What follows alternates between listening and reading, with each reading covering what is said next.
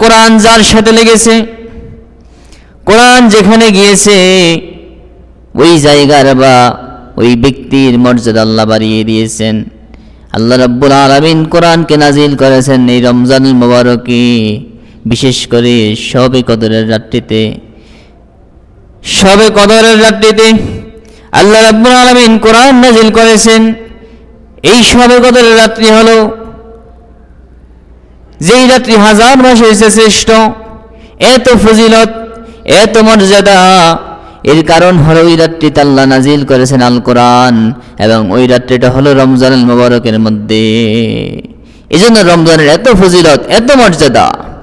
আল্লাহ রাব্বুল আলামিন কোরআনুল কারীমে ইরশাদ করেন, শাহরু রমাদানাল্লাযী উনজিলা ফীহিল কুরআন হুদাল লিন্নাসি ওয়া বাইয়িনাতিম মিনাল হুদা ওয়াল ফুরকান। জোরে বলেন সুবহানাল্লাহ।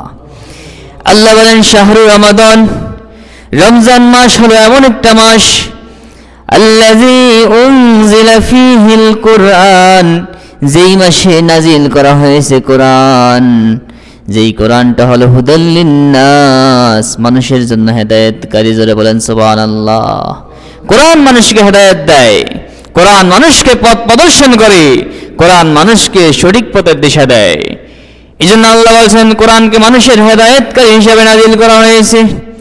ওয়া বাইয়িনাতিম মিনাল হুদা ওয়াল ফুরকান, এবং কোরআনের মধ্যে রয়েছে অসংখ্য অগণিত সুস্পষ্ট নিদর্শন, এবং এই কোরআন হলো সত্য মিথ্যা, হক এবং বাতিলের মধ্যে পার্থক্যকারী। জোরে বলেন সুবহানাল্লাহ। আল্লাহ কোরআন দিয়ে সত্য মিথ্যা, হক বাতিলের মধ্যে পার্থক্য করেছেন, এবং কোরআনের মধ্যে আল্লাহ অসংখ্য অগণিত নিদর্শন, আল্লাহর মুজিজা আয়াত রেখে দিয়েছেন।